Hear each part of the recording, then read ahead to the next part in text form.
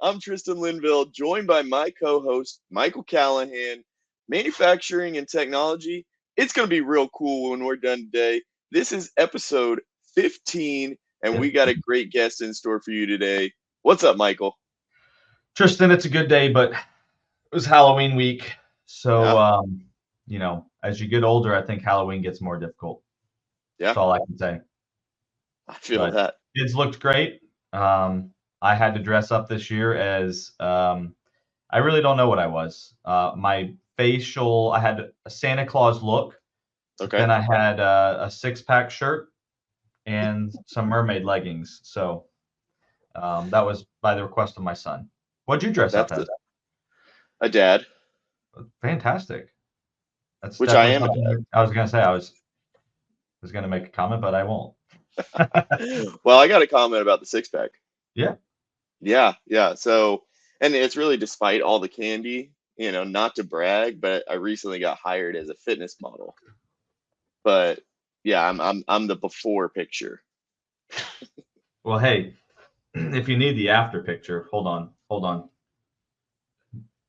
I had to order a size larger because the skin tightness of this baby. Oh yeah. Yeah, there you go. Yep. So That I'm was the me. before, you're Yep, the after. yeah. Both fitness models. Tristan, we got some fun today. Yeah. You ready to bring on our special guest? Yeah, you got the intro.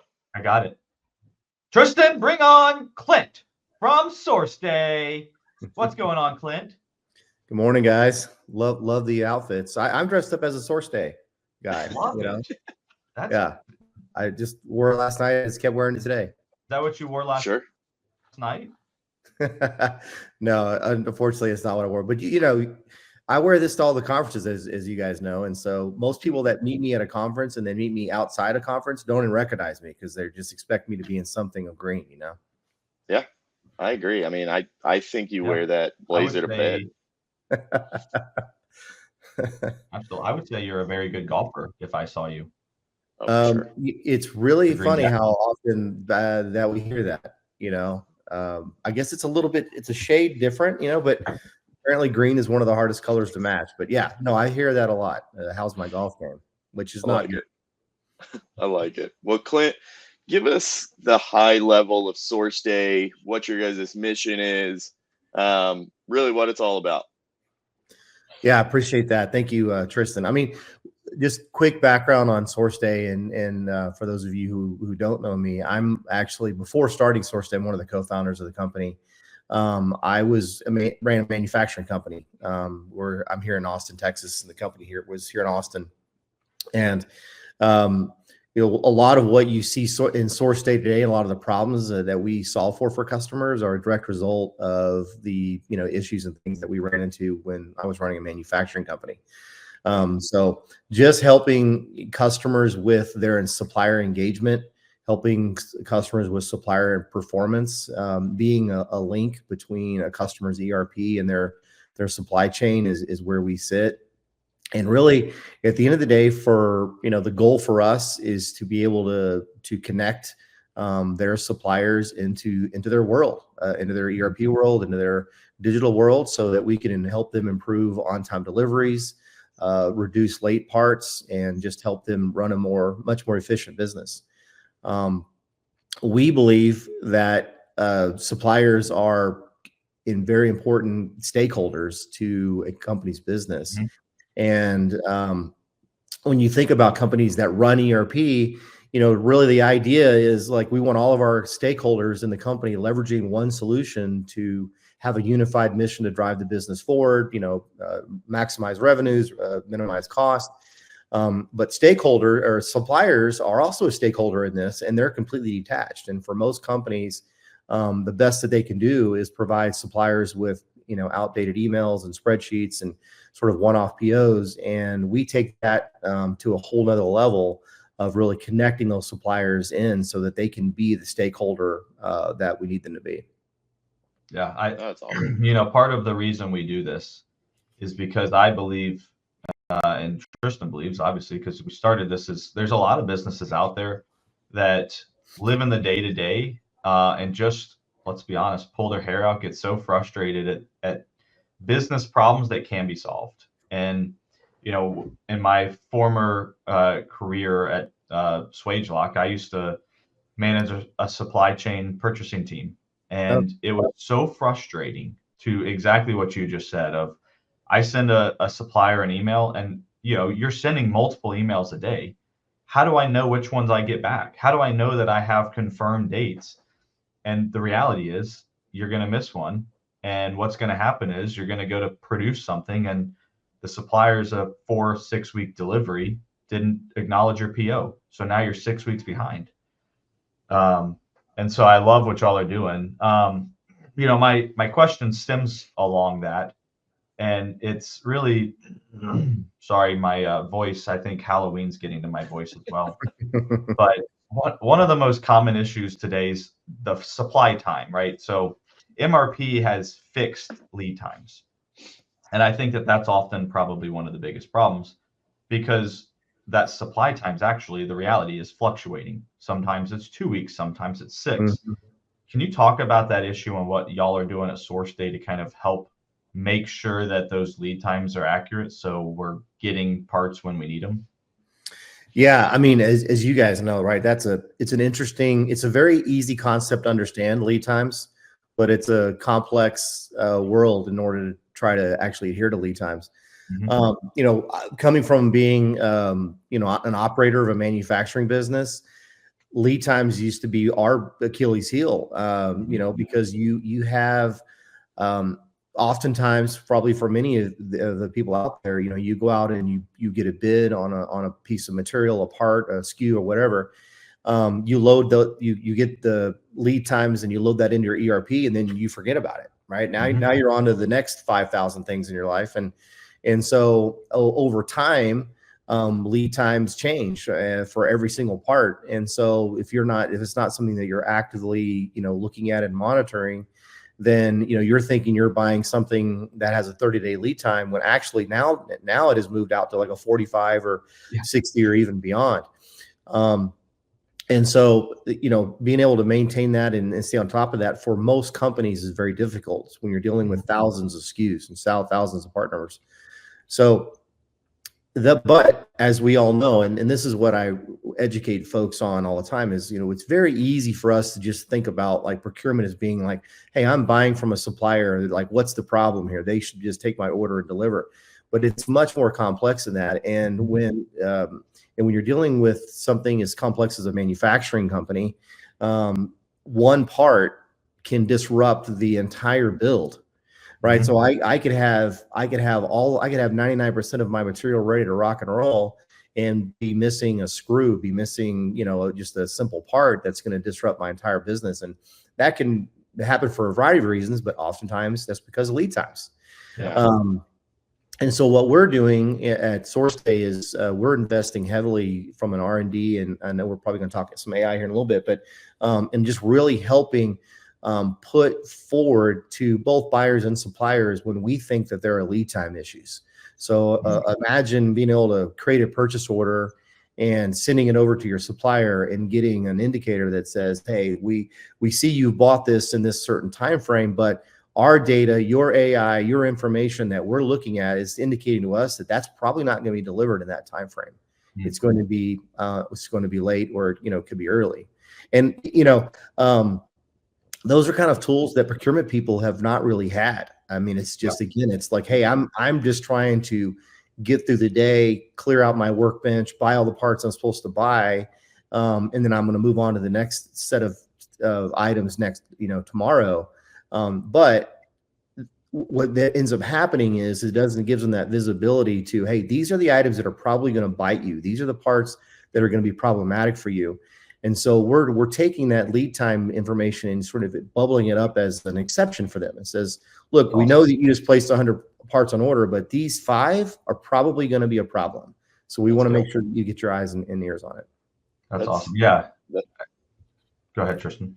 I was going to say, that's just really cool because, in my past life, working a final assembly line, you're right. If you stop the line for like a 50 cent washer or something that's required, Like there's nothing worse than that, right? When you have tens of thousands of dollars in sub-assemblies, a single part and so forth. And I remember as planners and BOM planners, we would bill of material planners, we would do lead time offsets. So you'd have the lead time loaded in the system, but then you'd offset that and put a buffer in that. So you're really creating more lead time to try and drive that earlier. But it would be so nice to have a modern solution with those kind of indicators. And as things fluctuate over time, like that's the way we need to go, because planning engines are simple. They're going to take the data and they're going to output your plan. Yeah, it's fixed. But, even your lead time offset is fixed, which then causes, if we think downstream, if you're adding all those lead time offsets, likely you're probably stocking up additional inventory that you don't need at that time. For sure. But the funniest thing about all this, let's be honest, that 50-cent washer or screw, we've made it so special in business that you can't just go to Home Depot and get it. It's only one supplier or two suppliers. Yeah, it's really interesting. Like, when I was running our factory, we really did adhere to this notion of A, B, and C items, right? A items are really expensive. You don't buy a lot of them, but they really move the inventory needle all the way down to your C items, which are your bulk of your buys, the bulk of your physical inventory, but really it doesn't have much value. And the interesting thing is that even though everybody's got their eyes and ears on the most expensive stuff, because that is what's moving the wallet, it's those long tail C transactional items that will bite you every single time. So that's what SourceDay is really about, is like, we understand there's A, B, and C items, but any one of those parts could disrupt your business, disrupt your revenue, disrupt your production, and all kinds of things. So we want to make sure, even if it's a 5-cent part, that you've got eyes and ears on it if we think it's going to be a lead time issue or a delivery issue or what have you. Yeah, no, that's great. Kind of shifting gears a little bit, what areas of supplier collaboration do you see as really, really critical for businesses to consider in their operation today? Yeah. One of the things that's really interesting is, again, coming from being an operator, but just talking to customers is, we're all just so focused about, just get it on the truck or get it on the, vessel or whatever. But the reality is that the vast majority of the problems and most of the time, your ability to actually make a change to something or facilitate a correction to something happens before that, right? Obviously, once it's on the truck or the vessel, you're done. It's going to be what it is. And so we believe that it's very important to have a very collaborative approach with suppliers all the way up until the part, the order, the shipment hits the logistics part of it, because that's when you can affect change, and that's when you can stay on top of things. So certainly we believe that we want to eliminate the lost PO scenario. You would be so amazed that I go around the country and do a lot of speaking, and every single company that I have spoken with has had at least once a year that scenario where they expect a part to hit their dock and they need it. It's hot, it's important, and then they don't get it. They call the supplier, and the supplier gives them the worst news ever, which is, we never got that PO. And I'm sitting here thinking to myself, how in the world are we in this day and age where that? So one of the things that I explain to people, and I'm getting a little off subject, is, like we look at our phones, Apple Pay and Venmo. We have the ability. I have 2 kids. I have the ability to shoot them $5 through a mobile device. And I know that they get the money, and they know that I sent it. But yet, for most of our customers, they're gonna issue millions of dollars worth of purchase orders this year, millions, and have no visibility into the status of those purchase orders. And that's kind of crazy. So, our mission is really to give everybody that visibility into what's going on with their spend. So it starts with purchase orders, making sure they don't get lost, making sure they get acknowledged. And then, as you guys know, companies' businesses change. You run APS, things get scrapped, parts get lost in inventory.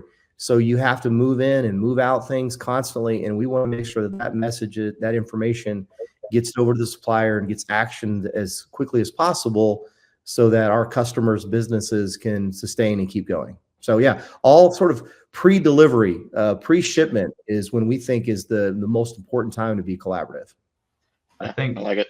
you said supplier visibility. I think that's absolutely like the start of it, making sure that everybody's working off the same information. You have good supplier partnerships, but there's also this piece that I know you all help with, which is, hey, suppliers just being honest. I can't deliver it then, but I can deliver it in 10 days. And it's streamlining that collaborative relationship so that instead of this whole manual process where it's emails back and forth, manually updating the ERP, it's like you help with that. And I love that. Tristan, did you have anything?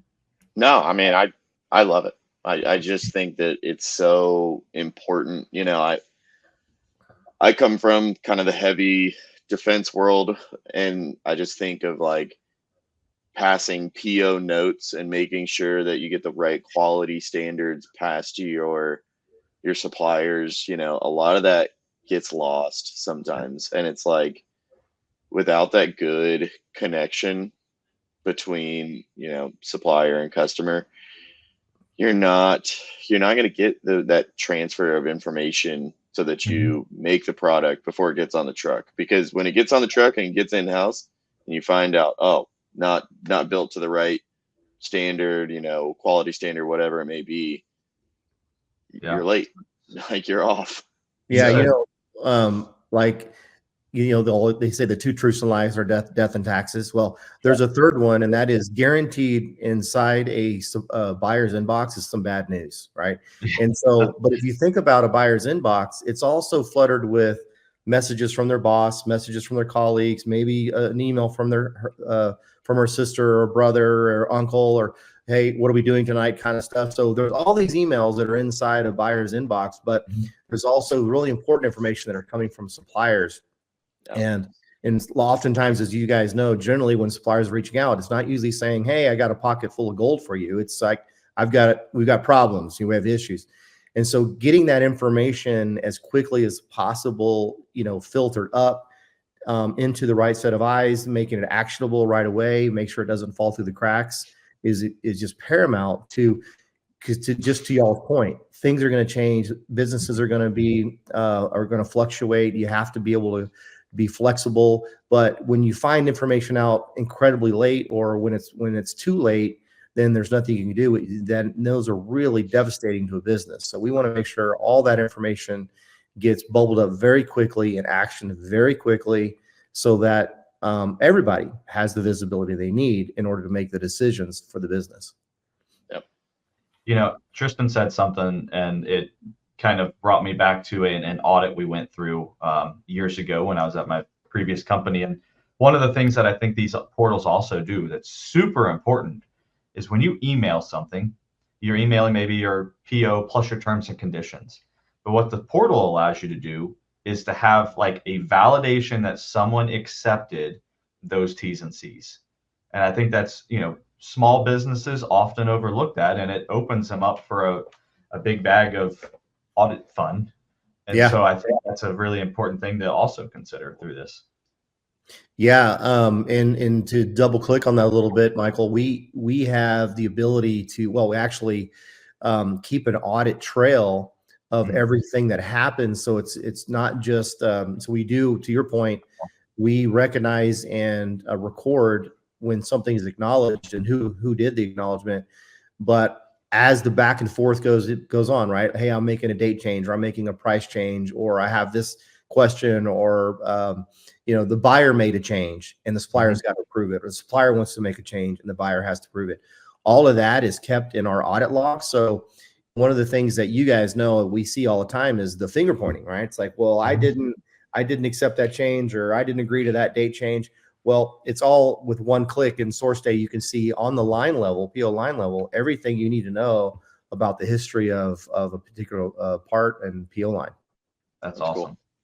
Cool. So let's talk the most fun topic in business technology today, drum roll, it's AI. So we hear about AI daily, and I'm curious from your perspective, leading SourceDay, how is AI changing the game with supplier collaboration? What areas do you see it really? Yeah, I mean, for us, this is an area that we started investing in a couple of years ago. Certainly, our belief is instead of sort of embedding some kind of AI widget, we are wanting the AI to be more integrated into the experience of our users. So it's almost as if AI is there, but they don't really actually know that it's there. So one of the things that I'd already kind of mentioned, we're using predictive analytics and AI to be able to tell customers if you buy something and we feel like it's outside the lead time, that we will flag that. But we're taking it one step further. It's not just about letting the buyer know, but it's also bringing the supplier into the conversation as well. Because again, remember, like, it's sort of elementary, but when you go out to get a bid on a part or a SKU from a supplier, well, you might have done that 5 years ago. The person that you actually were working with might not even be at the company anymore, the supplier, right? So all this stuff happens. And so now we're able to surface that information to the supplier and say, hey, this order is placed with this lead time, but we don't believe that's accurate. Do you agree, yes or no? And then do you want the opportunity for the buyer to be able to update that? So it's bringing this, this into both buyers and suppliers into this conversation, being able to be able to look at things like we just talked about, PO acknowledgments. This is such a basic concept, but it fails most organizations, right? I send over a purchase order to my suppliers. And in a perfect world, I would cut a purchase order to my supplier and the supplier delivers and I never have to talk to them or collaborate with them or anything, right? It just does what it's supposed to do. But that's actually never happens. And so most companies set up an acknowledgement process, right? They're like, hey, well, we don't know if our suppliers are getting POs, so let's set up an acknowledgement process. So most companies say within 48 hours or 24 to 48 hours, we want you to respond back to us and tell us that you got the PO. Well, that's a very manual process that typically doesn't work very well when you're dealing with emails and spreadsheets and Post-it notes and all the things that buyers the tools they typically work in. So just that PO acknowledgement process, we're adding AI around that to say, because PO acknowledgements is a very big thing that we do on our solution. We actually drive very hard for the supplier to acknowledge a PO. We send them reminders and give them little taps on the shoulders and things like that to say this PO is not being acknowledged. We want to make sure that you're on top of it. But once they start to develop a pattern, we can use AI that then say, hey, buyer, your supplier typically acknowledges this within 24 hours, but it's been 36 hours. We think there's some risk here.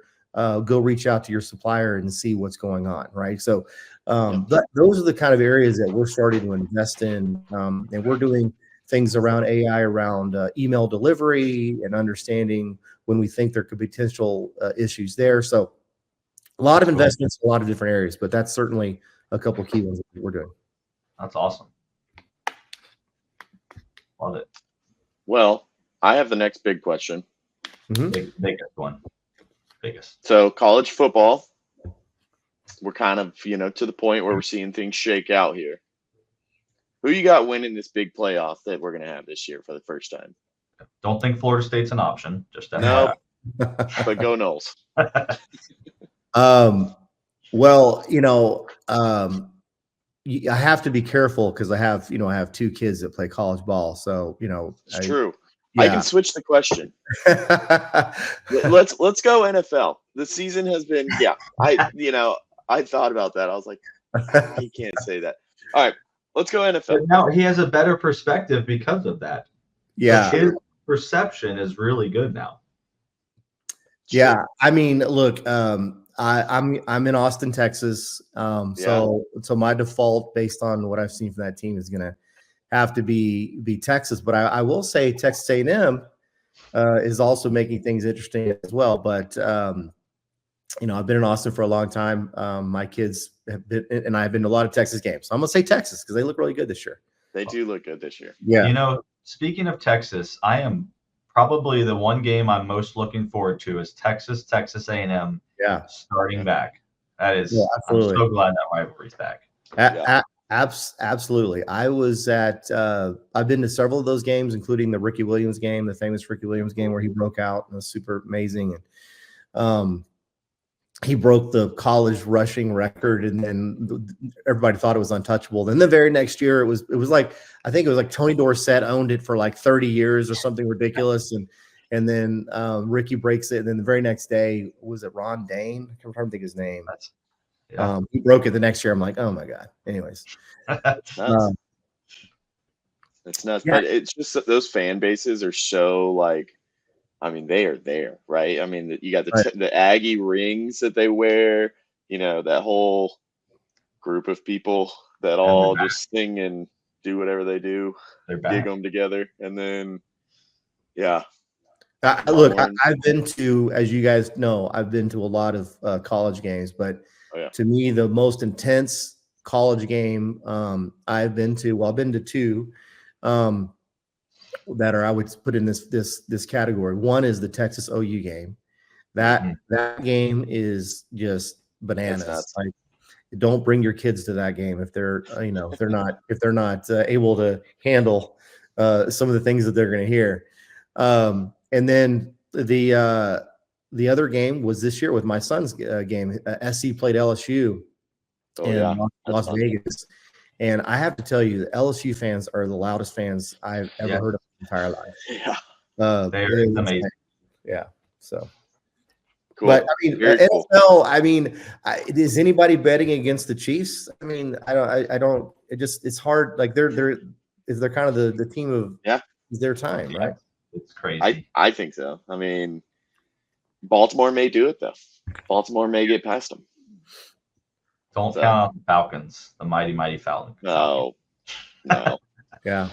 Not going to happen. But, well, Clint, thanks for coming on today. Yeah. I think this was awesome. I think supplier collaboration in general is just one of the more, I don't want to say understudied, but people don't talk about it enough. And so your insight's super valuable. And we just love having the green jacket on. Yeah, way or another. You bet. But, well, look, I appreciate you guys having me on here. It's been great.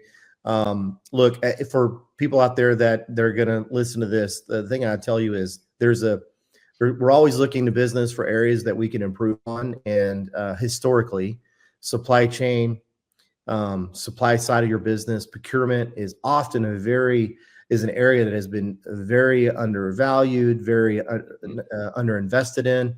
And it's a great opportunity for you because I mean, look, all the investment you make in sales and machinery and servicing your customers and building products, none of that matters if you can't get the parts in the door. And so making an investment in this area for most companies is relatively new. They're still most people today are using the same tech tools and procurement that they did 30 years ago. And so this is a great area for a company to invest in to really, move the needle. But gents, I really appreciate it. Thanks for having me on here, and love to join you guys again. Whenever you guys want. Man. As always, drink the H2O. Hope everyone enjoyed the show. Have a good week. See y'all. Bye.